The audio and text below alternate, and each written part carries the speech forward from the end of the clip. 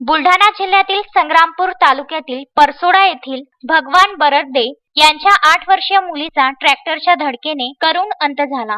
घटनेची माहिती मिळताच मोठ्या संख्येने नागरिक उपस्थित झाले होते. यावेळी या घटनेमुळे परिसरात तणाव निर्माण झाला होता.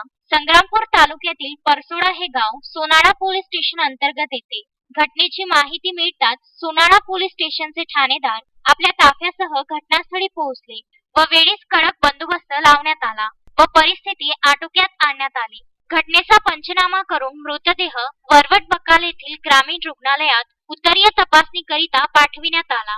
त्यावेळी जळगाव जामोद विधानसभेचे आमदार डॉक्टर संजय कुटे यांनी नातेवाईकांची भेट घेतली.